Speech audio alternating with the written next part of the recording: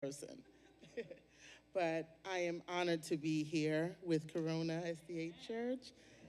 I was able to come and worship with you this morning, and I was very blessed by your ministry. So, yeah, and it's good to get away from my home church every now and then, but I'm grateful to be here. So let's get started. A workshop, a music workshop, focused how to start a music ministry in your church. Now, I know you have a music ministry here, and I know there's a lot of things that goes on in music ministry. So we're just going to dive in on what music ministry is about on a whole.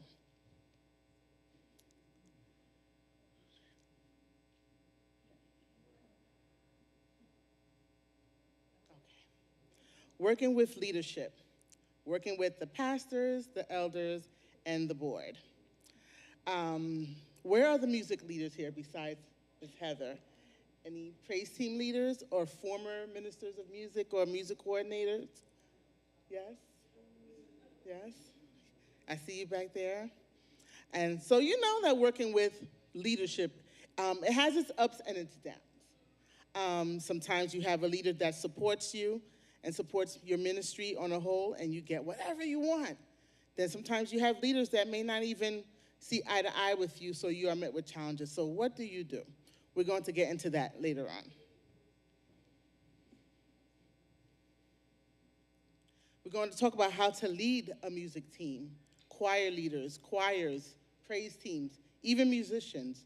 We're going to dive into that because you cannot just call yourself a music coordinator and not know exactly how to lead a team like the music department. You're going to come with challenges as a leader, right? It's not an easy task, but through God and with all that He instills in you, you're going to know how to accomplish those challenges. Creating special programs for your church. That's important because this is where you're bringing souls to Christ. Accountability partner in ministry. Sometimes, you feel burnt out and you need someone to vent to. If it's not your leader in church, you may have like a counterpart in another in church. You may have the church, other ministers of music. I get calls a lot from them. And, I'm not saying I know it all, but you need an accountability partner to deal with ministry and music because it's a lot. Teaching the church how to be engaged in music ministry, praise and worship, choirs and praise teams. We're going to get into this, all into it. So this is pretty much an overall of what music leadership is all about. Role of a Levite. Levites were not priests, pastors, but they assisted them in their religious duties. You work with your pastor to enhance his ministry with whatever he wants. So say he has a sermon title and would like to have a certain song to accompany his sermon message, you work with your pastor to provide that. There's an appeal song after the sermon. Sometimes they may change it on you. Sometimes they request a certain hymn to go with their sermon or the overall theme of the day. When you work with your leader, you are enhancing his or her ministry as well as the music ministry of the church. All right, duties, musical accompaniment. This is the role of a Levite. Singing and maintaining the sanctity of worship in the sanctuary. So when you go to 1 Chronicles 15, verse 16 to 22, David spoke to the leaders of the Levites to appoint them to be leaders and singers and accompanied by music. So when you look at it in this way, it says, then David spoke to the leaders of the Levites to appoint their brethren to be the singers accompanied by instruments of music, stringed instruments, harps, and cymbals, by raising the voices with resounding joy. And then you have a long list of all the Levites that were appointed. And you go all the way to verse 22. So this is like the start of where music ministry took place in the Bible. Now we don't have harps, but we have other accompaniments. We have drums, we have bass, we have guitar, we have the keyboard, we have organs, we have saxophones or any type of instrument that is giving glory to God. So once you see that here, you know your role as a Levite. You are very important to the ministry of the church. Some churches may not see music as a valid department. They may think that music ministry is all about them. It's really not. You are a part of ministry, and this is one of the departments that is really hit or miss in your church. Without music ministry, sometimes churches fail, and we learned that during the pandemic. And I'm going to get into that as well. Okay, so vocal training. In order to be a part of music ministry, you definitely need to know how to sing.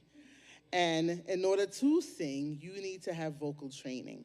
You can't just sound like, very monotone and you just want to sing just because. There's no shower singing in music ministry.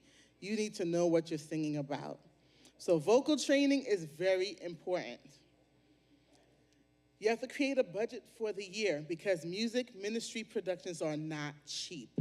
You can work around it, but in order for you to have an effective music program, say a Christmas cantata, an Easter program, or whatever music program you have, choir day, music day, any type of Sabbath, regular Sabbath, bringing in special guests to come and enhance it, you have to have a budget for the year.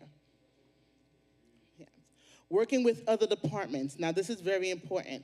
Say, for example, Education Day is coming. The education leader would come to the church. You work alongside the education leader and provide them with what their requests are. Even other departments, say Men's Ministry Day, Women's Ministry Day. We would like to have a women's praise team or a men's praise team. You provide that. Children's Day, a children's praise team. Youth Day, youth praise team, youth choirs. You work with your department so that you can provide them what they are requesting. They can't go above you and just book someone from the outside. That is a no-no.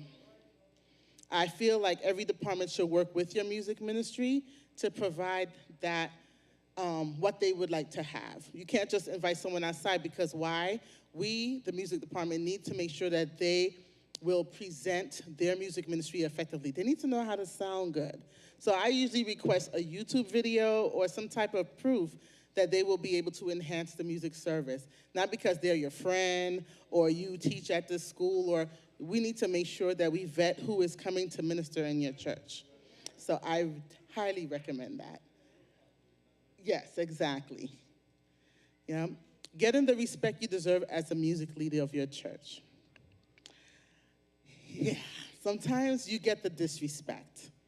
And it's up to you to know how to just overcome that challenge. A lot of times I just say, okay, I hear what you're saying and I hear, but then I'll just go to my pastor and just explain what just happened. And then we just have to meet and talk about it because I will not be disrespected in any capacity. Okay, so praise and worship. I need someone to tell me what's the difference. Who can say what's the difference between praise and worship? You don't have to be a singer to know.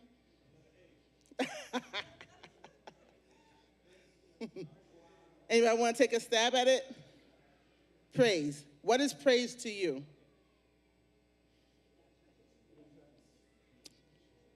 Okay.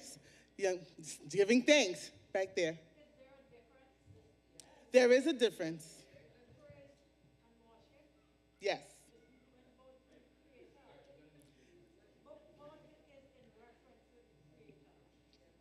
You'll see. I just want to get your take on it, and then we're going to go right into the breakdown of the two.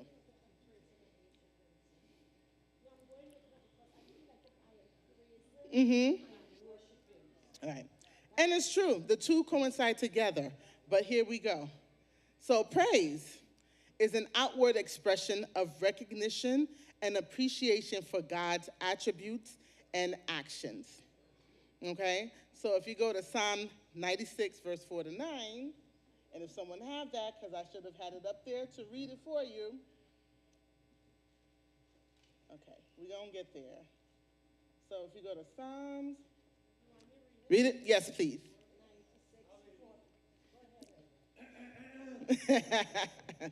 For the Lord is great and greatly to be praised. He is to be feared above all gods. For all the gods of the nation are idols, but the Lord made the heavens. Honor and majesty are before him.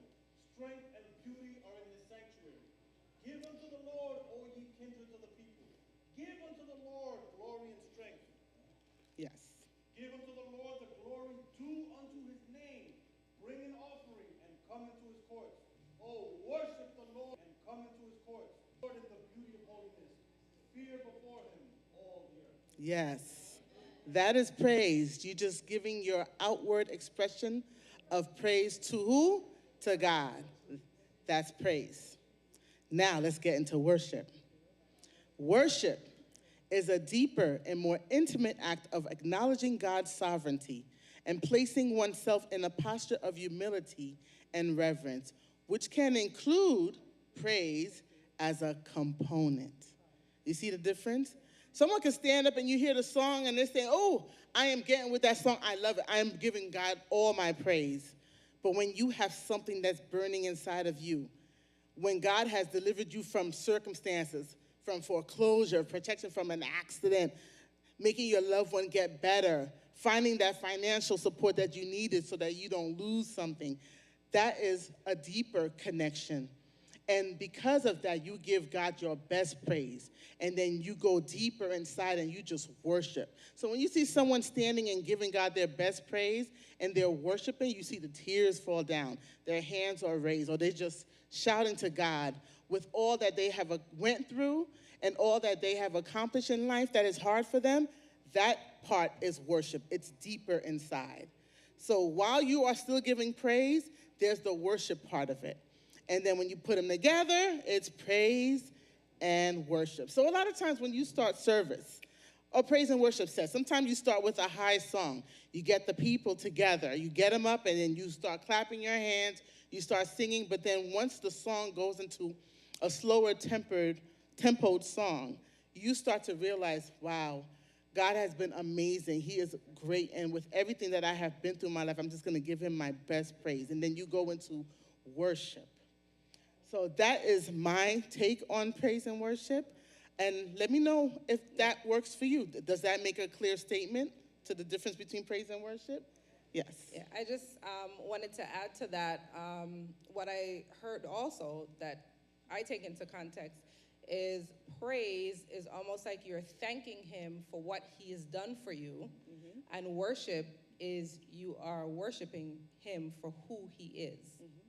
So you're praising him for the things that he has done for you. You're grateful, but you're worshiping him for who he is. Yes, that is accurate. Yes, because of who he is why we praise him.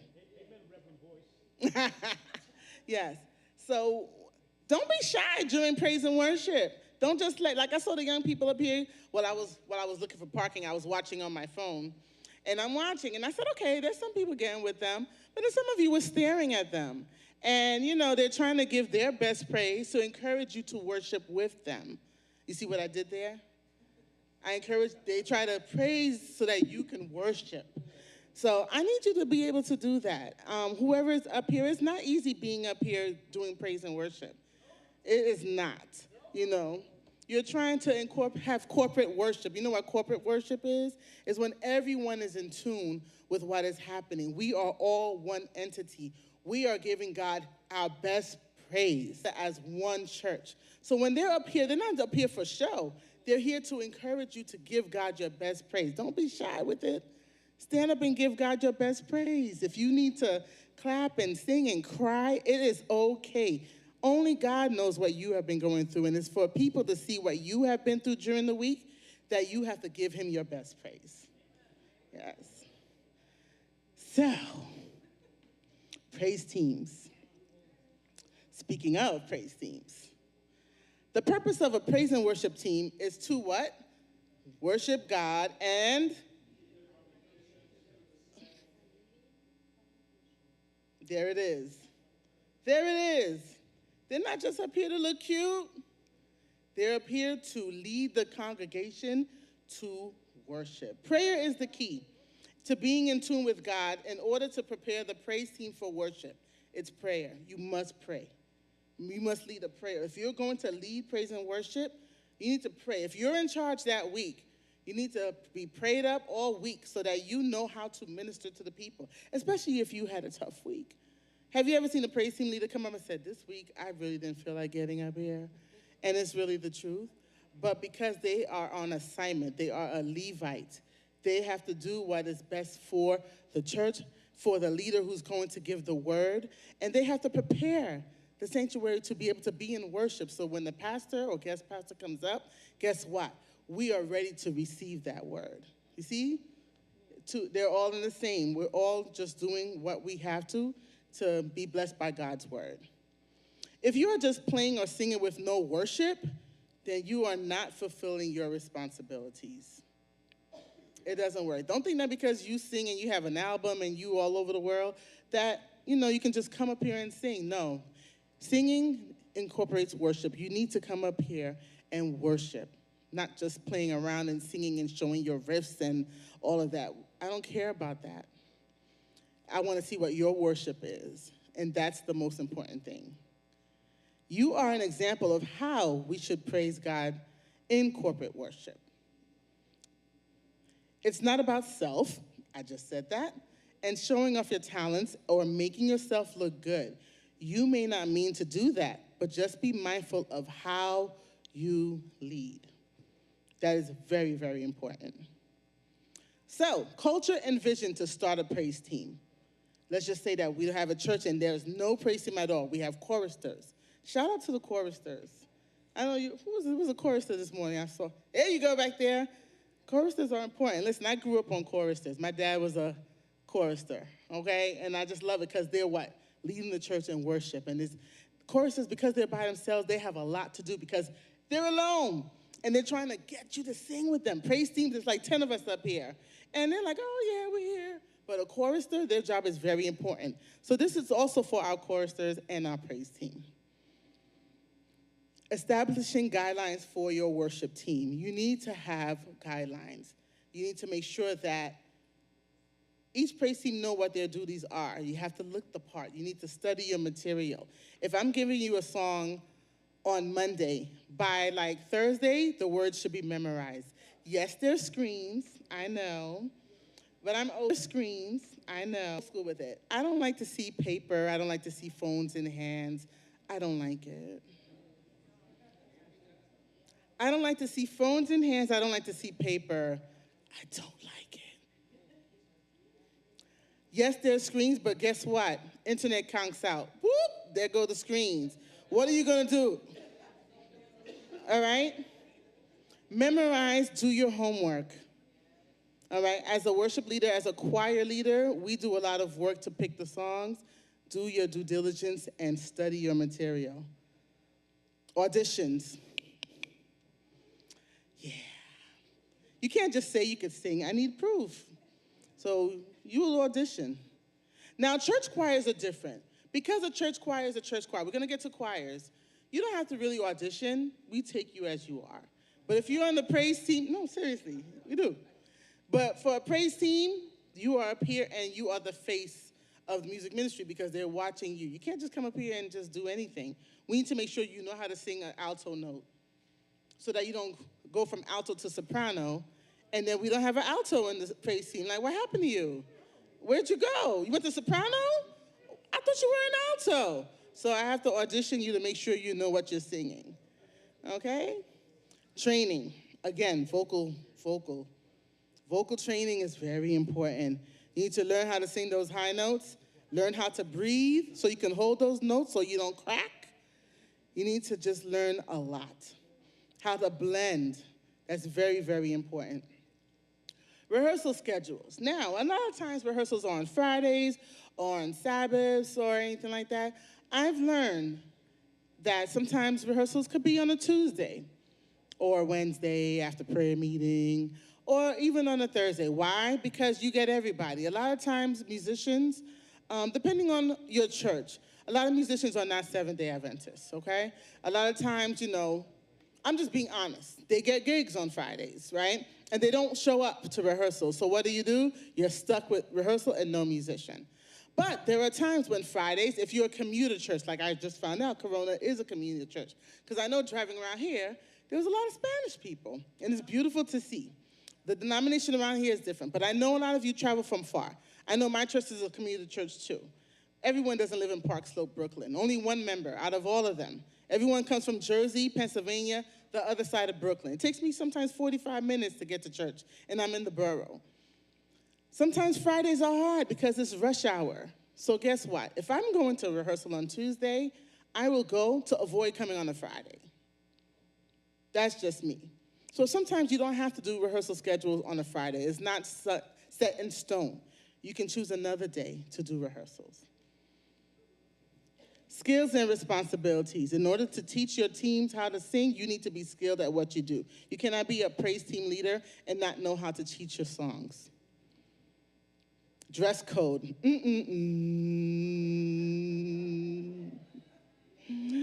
The hot topic, okay?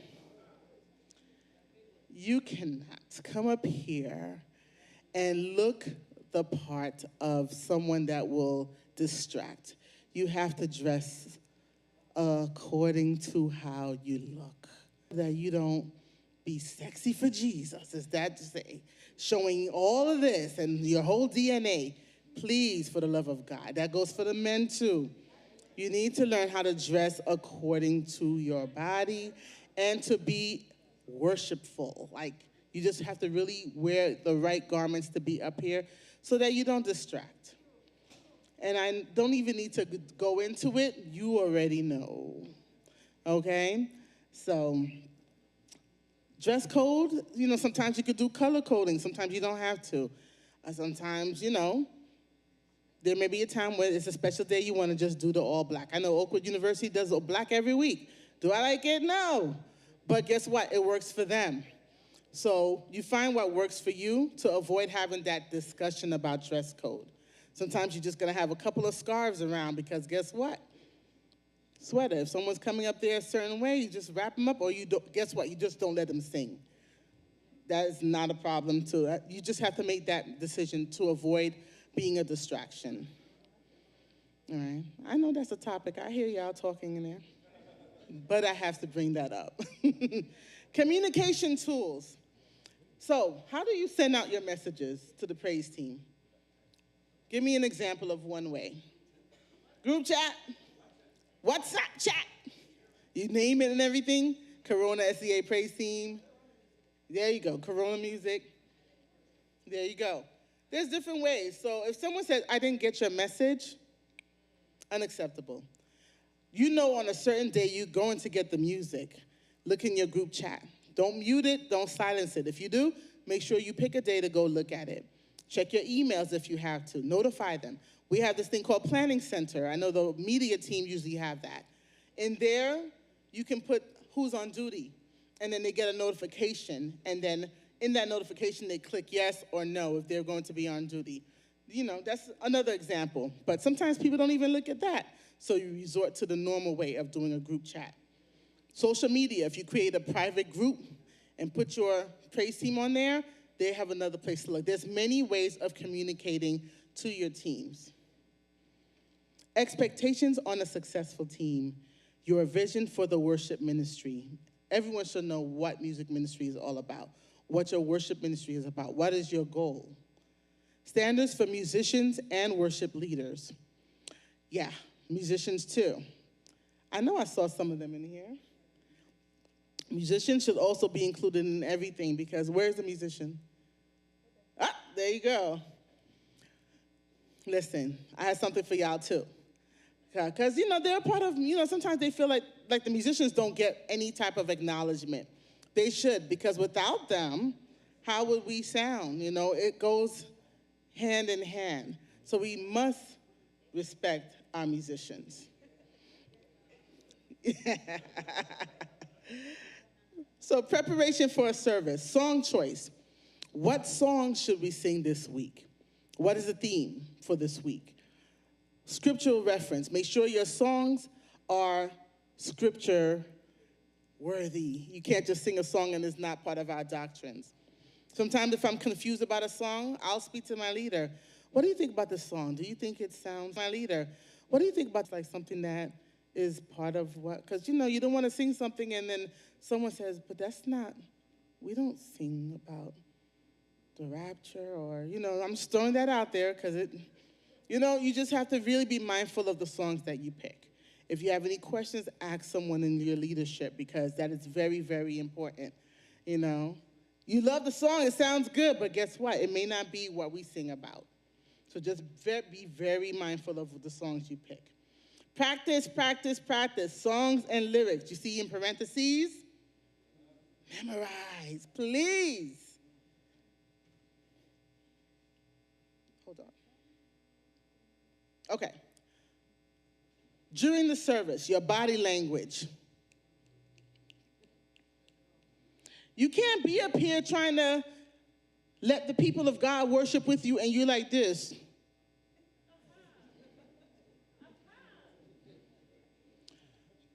The Lord is high above the heavens. Give God the highest praise. What are you doing? First of all, you singing in your own, like you only could hear yourself. You're like, no one can hear you back there. You're not looking at the audience, and you're not giving God your best praise. Body language says it all. If you're having a bad day and you really cannot be in the praise team, sit down. Because you're doing a disservice to the people of God. Don't get up here with bad body language. You need to really get with the praise and the worship. Watch the congregation because, trust me, you need to learn how to read the room. I tell the singers that all the time. Read the room. If you're too long, end it. If they're staring at you and you're trying to go and you just singing and going in the rafters and you just doing too much, read the room. Yes, please. Trim it. Keep the congregation engaged. Please. Authentic worship. Tell me what authentic worship is. Authentic worship. So you got to be real with it. You can't be fake. You need to really have true worship. That's what it means by authentic worship. So when you're up here in the praise team, you have to give it all. Lay it all in God's presence, and then you will receive that back from the congregation. So let's go to the next slide. After service. So a lot of times after service, the praise team gets together. Oh, we did great. We worshiped the Lord. The people were engaged. And then you want to pray it out. Take notes of how it went. Watch the playback. Some people say, I don't want to hear myself sing. I don't like the way, blah, blah, blah, blah, blah. How are you going to know if you did a good thing if you didn't go watch yourself? You see the football players? When they huddle on the side, what do? They watch the replay. So they know how to get that touchdown and how to do how not to have flag on the play. Now, I don't watch football, but I know about that. Okay? You have to do your research and watch what you're doing so that you don't stand the way you did today with one leg up and hand on hip. You don't do that. You stand with proper posture and engage the congregation. You got to make sure you sound good. Make sure you don't pick a key in your team and then the congregation, because then I can't sing high like that. Yeah, like, why are you going up there? 1 second, I see your hand. Why are you going to pick a song that starts all the way up there?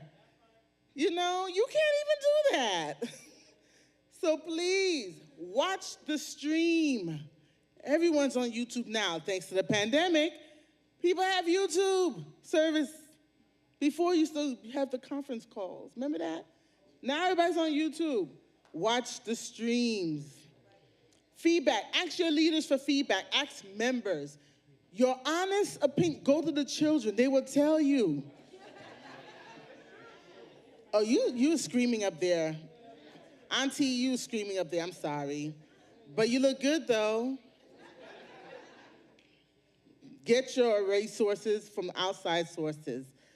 Make sure that you are representing your church wholeheartedly because you will be talked about. You don't want to be a meme. Okay? Please, for the love of God. Do not dwell on the errors. Now, someone could go to the next part instead of going back to the top. Or someone is making a mistake. They went to the wrong words. See, if you memorize it, you wouldn't go to the wrong words. But you know what you do? Keep going. Don't acknowledge your mistake. Don't be like, I messed up. You're throwing everyone off. Then the praise team leader's going to be like, what happened? Just keep going, but don't do it again. Figure out what can be fixed. Your diction, your volume, the pitch, and the blend. You have to blend in your section and then with the whole team. Perfect the imperfection. That's the key phrase right there. Fix what is broken so that you don't do that again. All right. Any questions? Oh, no, I was more so going to make a comment. Mm-hmm. I was going to say, I mean, and honestly, guys, like, I promise, it's hard to know what the range will be for Corona because I grew up knowing that Corona is a choir church. So I'm just like, they can handle it. They got it, you know? I'm not going to be like, it's too high, it's too low. I mean, sometimes we do, of course. But I'm like, they'll catch it. Mm-hmm. What can I do about that? Any advice? And there's nothing wrong with that because you have your trust in your church. You know your church. Again, know your congregation, know your audience. If you know that you have singers all over your congregation and you pick any key, it's okay. It's okay. There's some churches that they don't have singers, and these praising leaders come in singing songs real high, and I'm like, your congregation don't know that song? You know, and again, I say this wholeheartedly. I had to tell that to one of my fellow ministers of music. I'm like, I know your team loved this song, but did you take a look at your audience? They were staring at you. You were in concert. You have to make sure that you are singing songs that your congregation can engage in. If you want to do that song for the youth people, do it. Do it at the beginning. But then you throw in a hymn. And you could rearrange the hymn to make it sound real good. And then you get the balance of the audience. Hymns don't lie. I tell the team, listen, you got to throw a hymn in there. You got to throw a hymn in there. You got to throw a hymn in there. Just throw it in there. All right? Because that way you get a balance. We have multi-generational church balance. We have churches from young to old. And I don't say old as a negative thing, young at heart. It's just that sometimes they just don't get with it, but they love their church. They're going to keep on coming. You have to make sure you engage in every aspect. So again, it's fine. You know your congregation. You can pick a song and stuff, but if there's ever a case where you feel like it's too much for them, you know, you could probably start at a regular key and then modulate. And then that way you're at the key you're comfortable with, and because they already started here, they're going to keep going with you because you allow them to raise their volume. All right? But thank you for your feedback. Listen, any questions or feedback? I know there's Q&A at the end, but feel free to raise your hand and we'll just tackle it right then and there. All right? So now, choir ministry. I heard you're reviving the choir, or the choir has revived, right? What's it called? Gospel? The Gospel Choir of Corona SDA, right? The purpose of a choir team is to facilitate worship. It seeks to show the congregation another form of worship. Not just praise team, not just chorister leading, another form of worship. It can highlight diversity in the church. I literally just talked about that.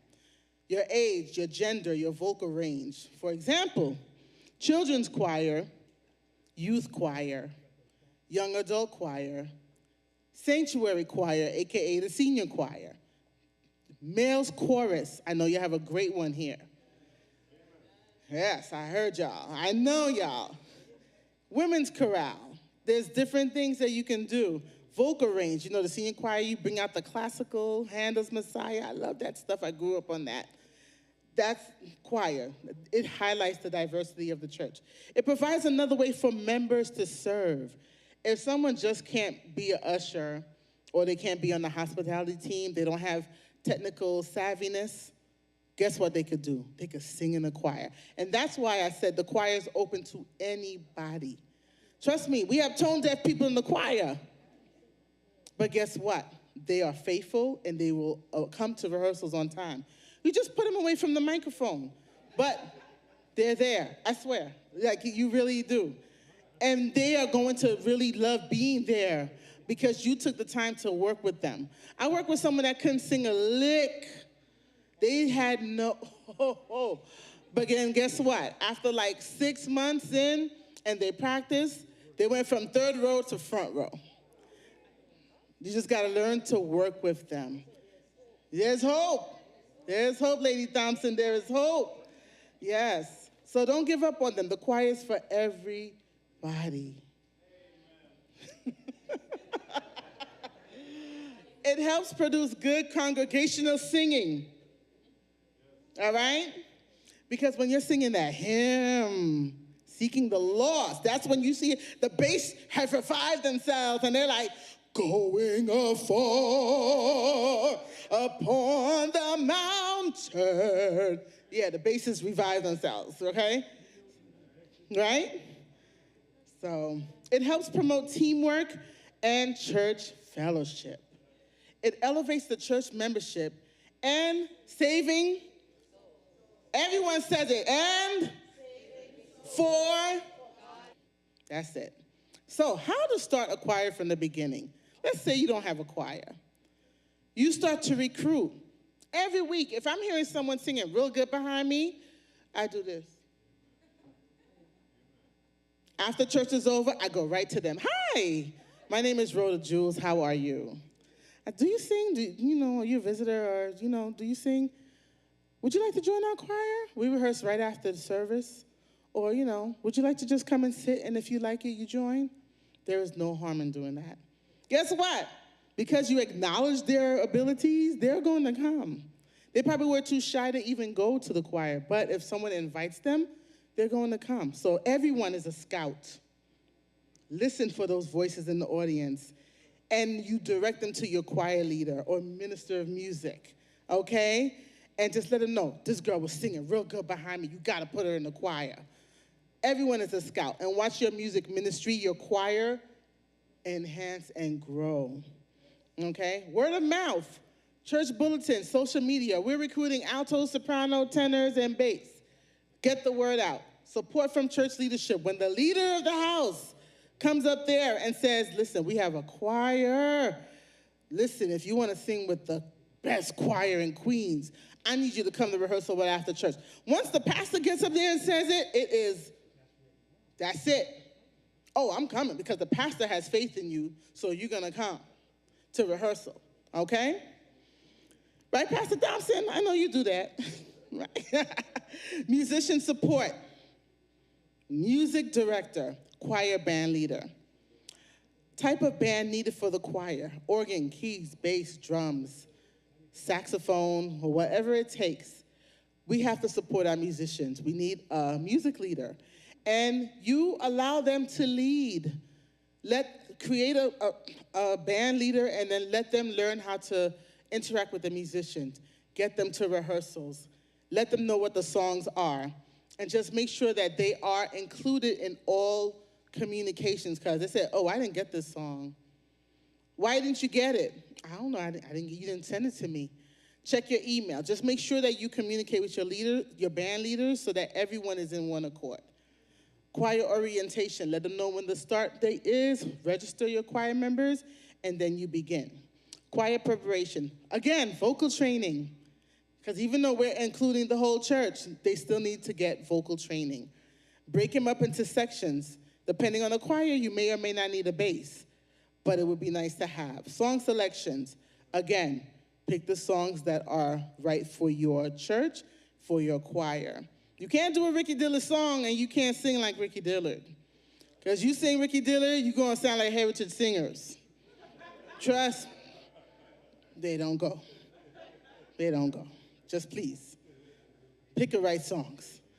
Rehearsal schedules, again, pick the right schedule that works for everyone, that doesn't clash. We're not allowed to rehearse during programming in the church. Don't do that. You have to support your church programs, rehearse around it.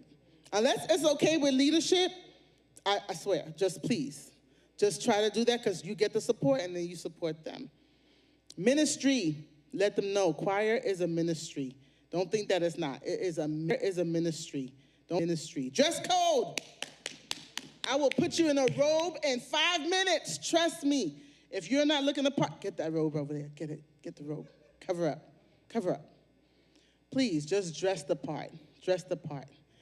Again, communication. Choir chat. Choir email. Plan, whatever way you can get the announcement out. Section leaders. Have an alto section leader, tenor section leader, soprano section leader, so they can have their own individual group chats. That's something that you can do. Musicians, I ain't forget y'all. The importance of a musician at church. Musicians, they should be included on your music team. How to work with the entire band.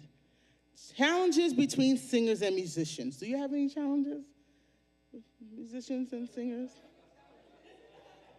Do you get your song like the night before, Saturday, and...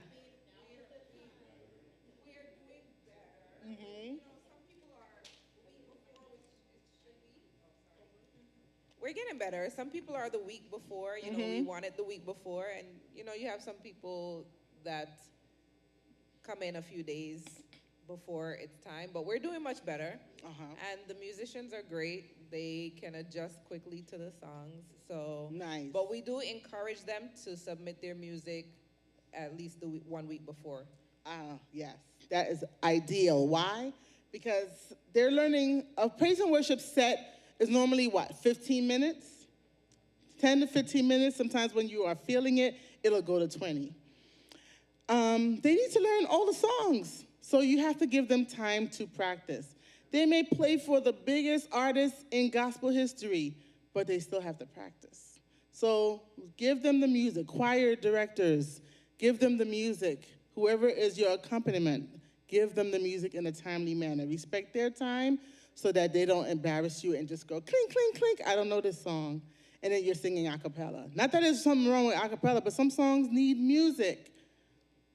So please, that's one of the challenges that I get a lot. She gave me the music the night before, so I'm up all night listening. Like, you just have to make sure that you respect their time. And you need to get an experienced music director, and not minister of music or music coordinator, someone who is over the band, someone that can communicate, they have good work ethics.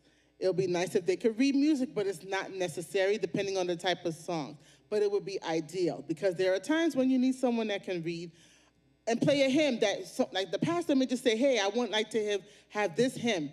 And they never heard it in life, but if they could read it, they can play along. Just, you know, a lot of musicians, they read by ear, and that's a beautiful gift. I love it. I wish I could do that. But sometimes you just have to make sure that if you are going to hire someone as a music director, they got to have that type of skill set.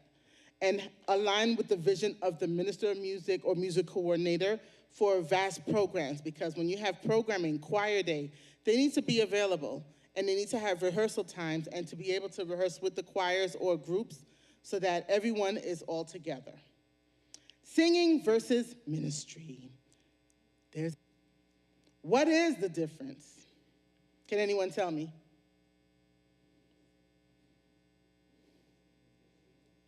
I think I said it earlier in the top of my topic. Singing versus ministry. You singing what? Just to sing? Yeah. That's it. She said, what's your name? Ava Scott. She said, you singing just to sing, because you can sing, but are you ministering? No. They probably think they are, but you can tell if someone's just singing just to sing. Yeah. In-house church service. You definitely need to be in the house of the Lord and be able to be a part of service. Don't just come when it's your time to sing. Be involved with the church service. I mean that thing, you know. You have to really be a part of your church, to really love your church and to just be there, not just when it's your week. Just be involved with your church. Outside engagements, just make sure that, you know, if you're singing outside, you get invited to a choir anniversary from another church. Let's say Lebanon. I don't know what's the closest church there. I don't know, there's certain church protocols, but I know you definitely would like to be asked to minister outside of these four walls. You know, you just go through your proper leadership if you did not know. You know, you just go that route and just make sure that leadership is on board with it, and then you go out and you minister. And then guess what? You're bringing people to your church. What can we do differently as a music ministry? What can we do differently? Sometimes they say, all you do is sing, sing, sing, sing, sing.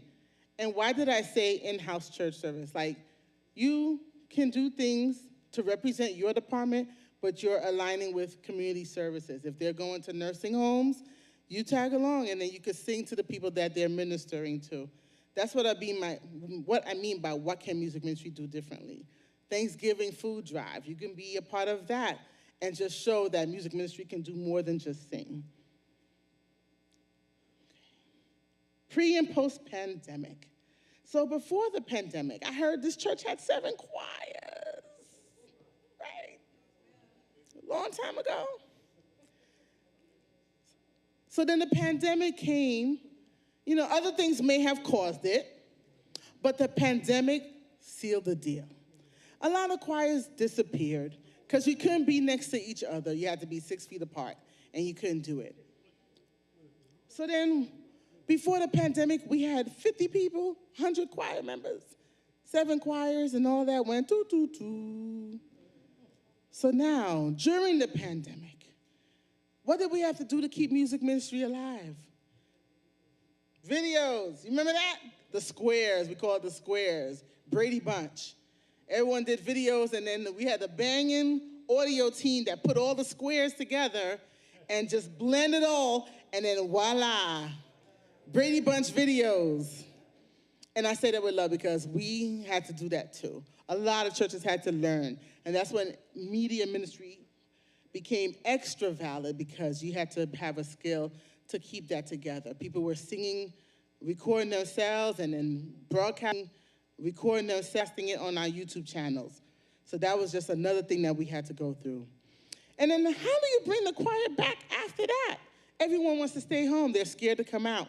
They're comfortable. So now we have to have a new choir format. What's that? Listen, it wasn't easy bringing the choir back.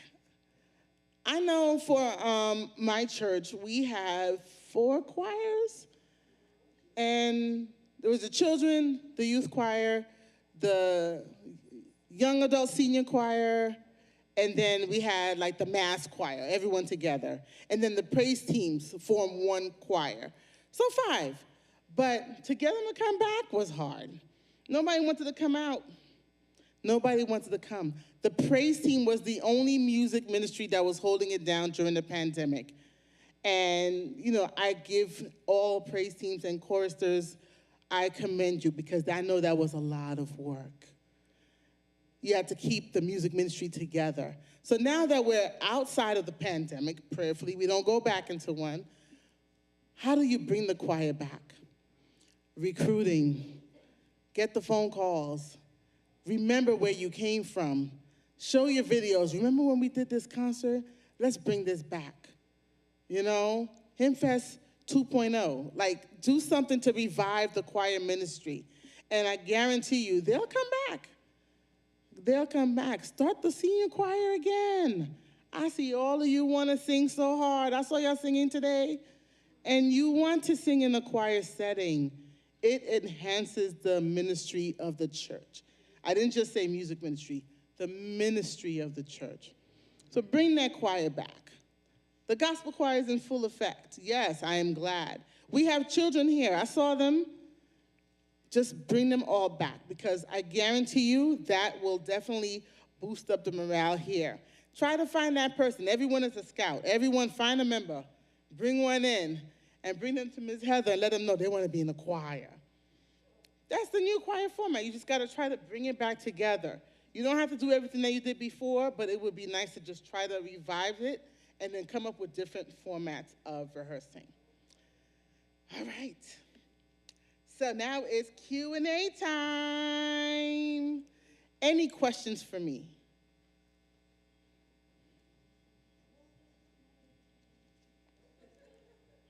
I know y'all have questions. What questions do you have about music ministry on a whole? Like you probably don't even know, but would like to know. What would you like to learn? Well, I have a question. Who in the back? Who is that? Me, right here. Oh, there you go. Formatting of the church program. Mm-hmm. How would you say that should go with like praise and worship? Would you do praise and worship, special music, then the pastor going up and speak? Or, you know, what advice would you give for that? I'll give you a perfect example. Before the pandemic, praise and worship used to go before the sermon. And then special music was earlier on. And we had a pastor come and flipped it. And he said, no, praise and worship needs to be right after invocation and prayer. And then special music, meditation, will be before the sermon. But sometimes that can work, but then sometimes praise and worship kind of like gives the engine to the pastor to be able to come up and just say, oh, you know, like in a relay race and the third person, give it to the fourth person and they run home. The praise and worship is the third anchor. And then the fourth person is the pastor. I prefer praise and worship before the sermon. That's my take on it. But a lot of times if you do special music right after the prayer, and then sometimes opening hymn is like earlier on. Some churches have opening and closing hymn. Some doesn't have hymns at all. But I in my take, I believe praise and worship should definitely go before the speaker. And if you want to add extra music, sometimes the pastor may want a certain song sung before he speaks, and that's okay. It could go on right after praise and worship. Or they can do the appeal and sing that song as the appeal song if that's a song that the pastor would like.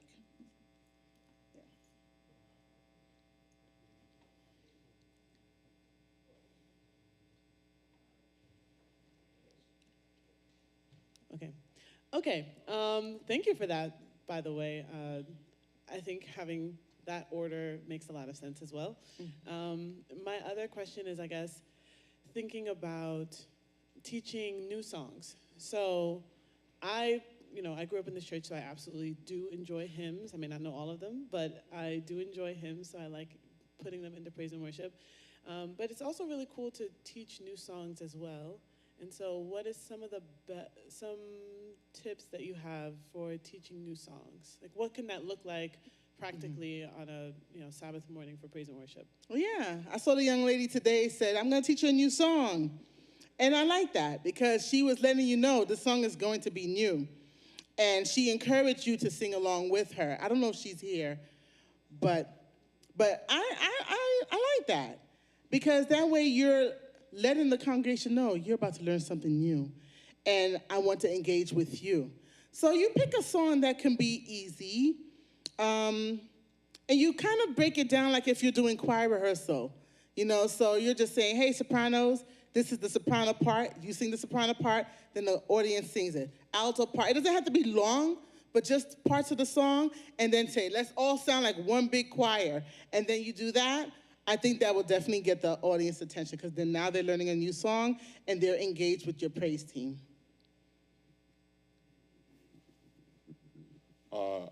Mickey, you have a question?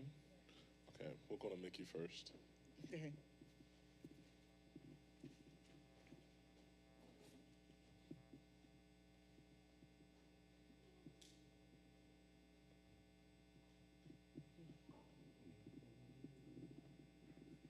Hey. So what do you think about like solos in praise team? Like, do you think that there is a space for it? Because sometimes it could be hard for everybody to be singing all the time. Mm-hmm. But is that like bad, weird, all the time? Mm-hmm. But is that wrong? No. So instead of praise and worship, you have a soloist? Or kind of just more so like solo moments during the... Oh, okay. So you have the team up, and then they have a solo in the set. Yeah. It's fine. It's fine. Especially if you're introducing a song, and usually the praise team leader is singing the song first. And then sometimes all right. Like say Richard Smallwood's Praise Waiteth, right? He's ad-libbing, and then sometimes he may start the song as a solo and then bring the praise team in. There's nothing wrong with that. Yeah, but if it becomes a show where the soloist is just forgetting that you have a whole team behind you, then I have a problem with that. But there's nothing wrong with having a solo in praise and worship, as long as you're incorporating your team. Okay, so let's like really, really like strip it down to the basics. If somebody contacts me, they're like, hey, it's your turn to like lead praise and worship. And I'm like, oh, and you don't know what the next steps are. What would be like the immediate next steps? Because I feel like it can be hard to, especially if you're leading it, the flow of the songs with not only because the praise team can look different every week, and then like the musicians might not know how you're going to do the song, so, but then people are like, okay, but you have to feel it too. So it can get a little confusing about how to maneuver it, and then there can be like, I don't want to say mistakes, but kind of like awkward moments during that. So what would be like a recommendation as to coordinate that with everyone? With the praise team and the musicians? And the musicians, yeah. Okay, well, they definitely should get the song. Like, the worship leader should have their sets. Say there's 3 songs in the set, and make sure that they flow with one another. You just gotta get the word out to your team members of what the songs are.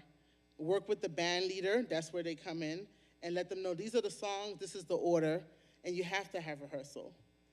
And practice it, and make sure that everyone is in tune and aligned with it. And then they're comfortable with it so that when they get up here, there's no room for question or confusion. Have to have the rehearsal. Yeah, but have the discussion. If someone's not comfortable with a song, you know, you're the worship leader and that's what you want. God put it in your heart to pick these songs. But if it's a challenge for someone in the team, maybe you could switch it up. Maybe you could do a part of the song and merge it with something else. Yeah, so you can do that. Would that help? So would you recommend like a meeting conversation before rehearsal? No. I feel like if you have a group chat, you could talk about it in the chat. But if there's a concern, then they could call you and say, hey, I have a concern. I'm very confused about this part. And then you could probably have a one-on-one meeting. But if you feel like everyone needs to meet, you could just do a quick Zoom meeting. Hey, this is what's going on. These are the songs. Any concerns and stuff like that? So that way it's not a whole long group chat and everybody's trying to read what's going on. Just throw everyone on a Zoom meeting and then just have that discussion prior to rehearsals, and then that can work out. Yeah. Thank you. You're welcome. So with your vast experience in music ministry and being a leader in church, I'm sure that you have come across various administrations and different church leaders. How have you navigated difference of opinions or a difference of vision or those periods of time? All right. I'm going to be very honest. Yeah. I have been through, and I have one of my highly respected pastors here, so he's retired now. I'm not going to bother him. But no, he wasn't one of them, of course not. But I have worked with pastors that were very challenging, and it made my job as music leader very hard.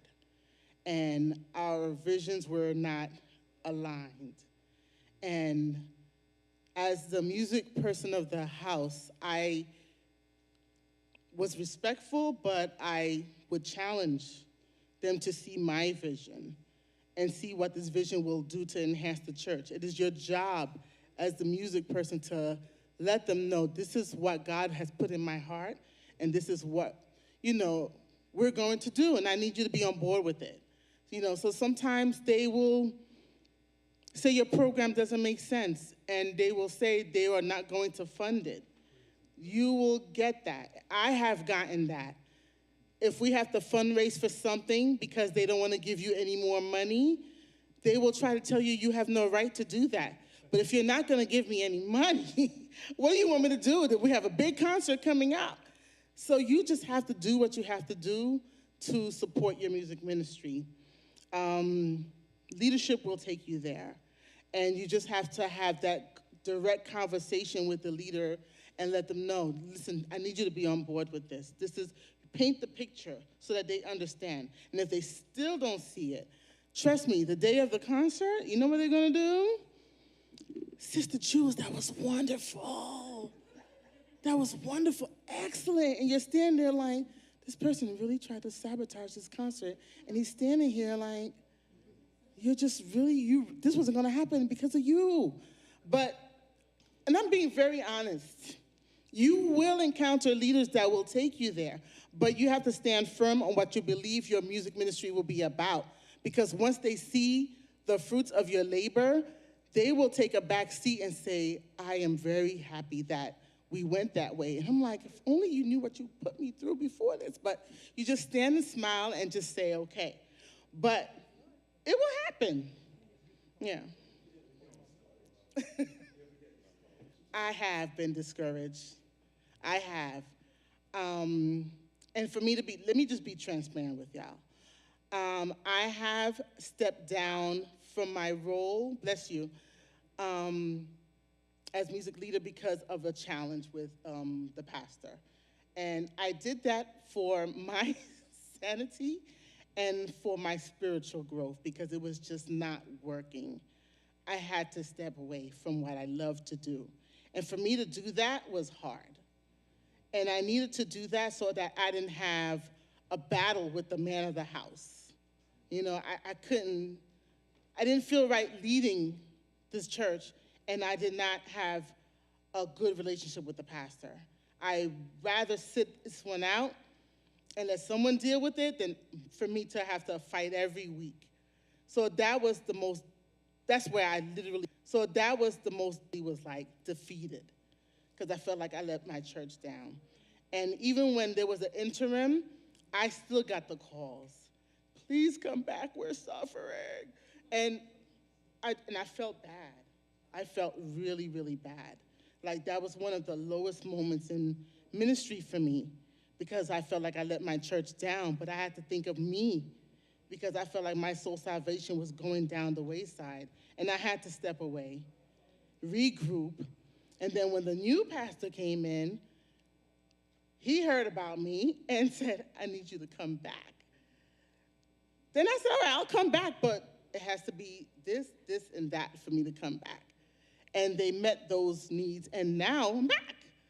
But sometimes if you feel defeated or like there's just, if it's messing with your spiritual growth, it's okay to step away for a little bit, but it's still your church, still do service, and then you come back. If God puts it in your heart to come back, you'll come back. But that's to answer your question. Mm-hmm. Well, while he's going back there, I just want to go back to the rehearsals that you mentioned. Mm-hmm.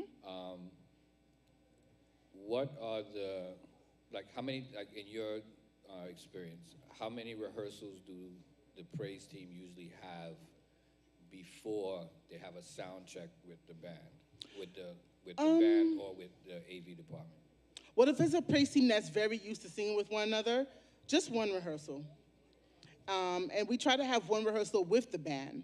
Sometimes if we have a weekday rehearsal on Tuesday, Sabbath morning, right before sound check, we'll do a quick run through just to make sure everyone is aligned.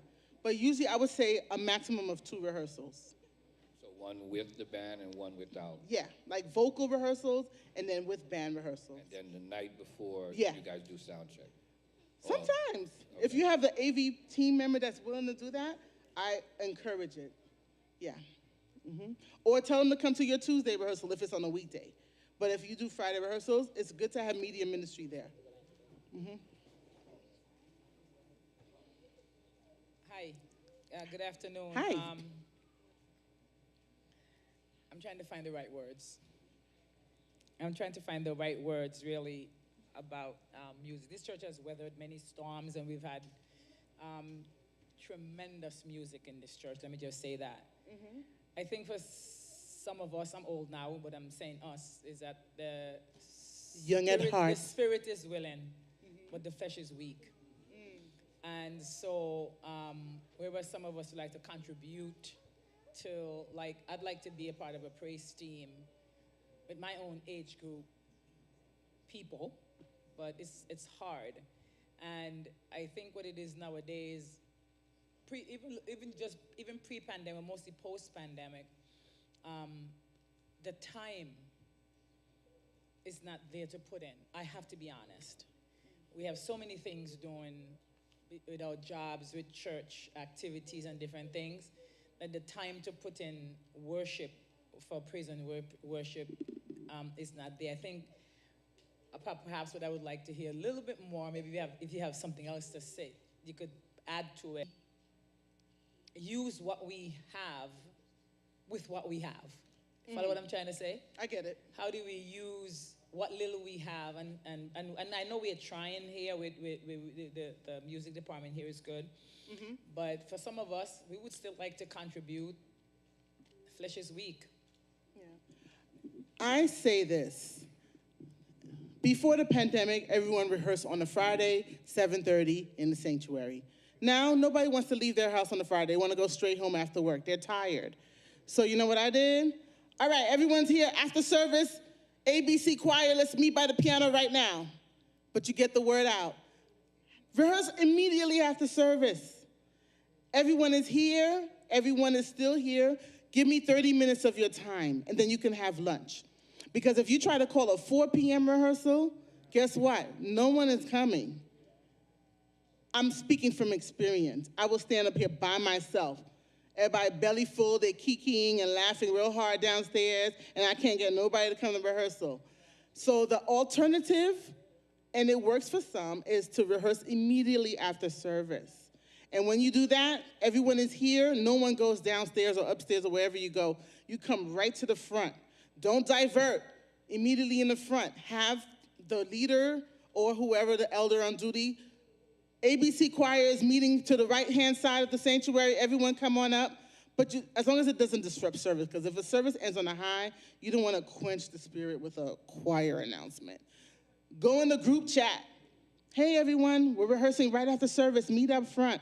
Those are other ways that you can do that, because that way you are contributing to music ministry. You're not making Sister Heather's job hard, finding rehearsal time. I encourage after rehearsal, after church, yeah, and I'm sure she does. Just find a plan B, and then there's a plan C. Whatever works, you can do that. I hope that answered your question. Yeah. You're welcome. All right. Aw, y'all warmed my heart. Y'all had questions. I really felt like I did something today. Aw, Corona SDA, thank you so much for having me.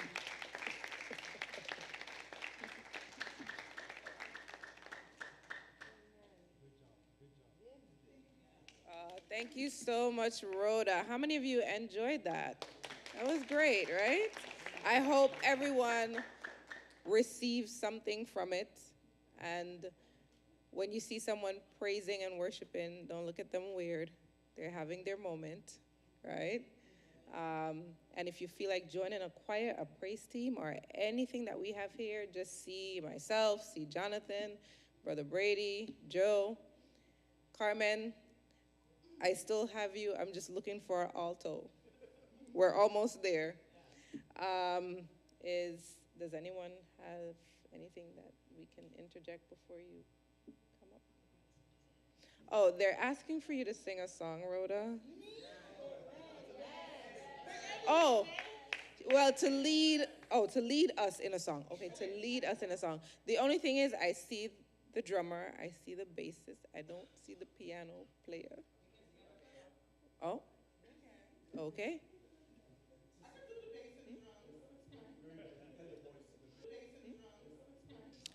Oh, Elder Boys, there's an invitation to you to the male chorale.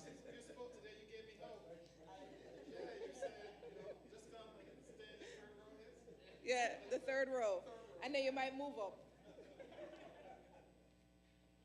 All right, let me just do one nice song. Let me see. Come on up, Jonathan. I need your voice. Okay. Let's see what you know. No. Everybody should know how excellent, right? Yes? And then our dear Jonathan could start it off. Okay? So where's the sopranos, altos, tenors? Just sing from where you are and just sing with your heart's desire, okay? Yeah. Good. Go ahead. Hello? Okay. Oh,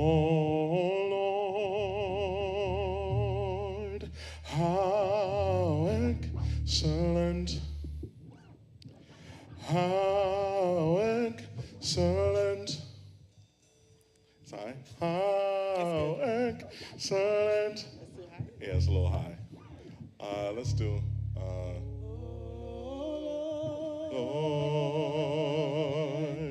how excellent. So everyone's singing in unison. How excellent. How excellent. Sopranos, altos, tenors. How excellent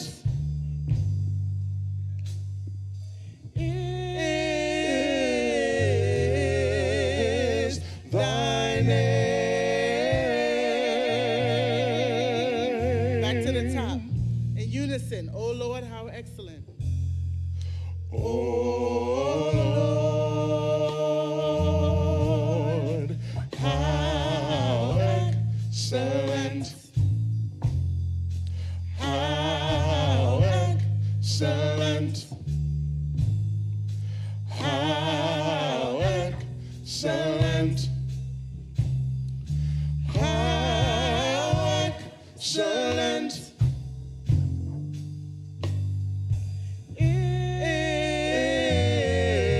is thy name. There is none like you. There is none like you. None like you. None like you.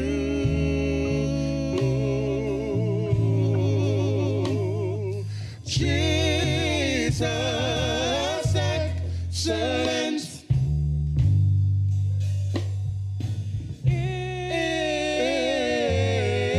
is thy name.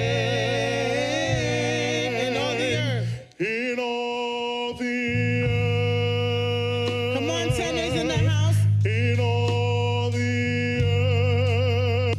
In all the earth. In all the earth. Jesus, excellent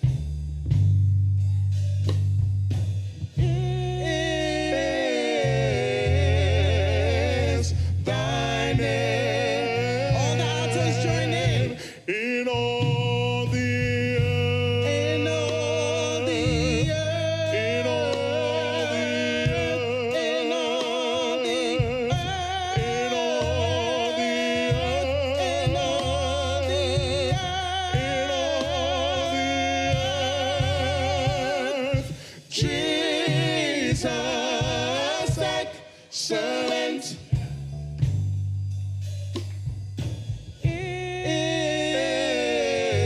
is thy name. Everyone, sopranos and altos, In tenors. all the earth. In all the earth. In all the earth. In all the earth. In all the earth. In all the earth. Jesus, excellent One more time, everyone. is thy name. In all the earth. In all the earth. In all the earth. In all the earth. In all the earth. In all the earth. Jesus, excellent. Jesus, excellent, Excellent. excellent, excellent. Jesus, excellent, excellent, excellent. Jesus, excellent.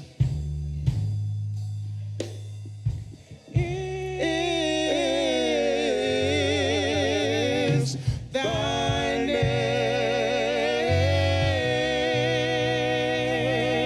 name. God bless you, Corona SDA. Thank you so much. You sound good. I think we're going to regroup some of these choirs. We have people here that's singing. So, ladies, the men have a male chorale. We need something. When is Women's Day? Bertha's not here. Women's Day, ladies.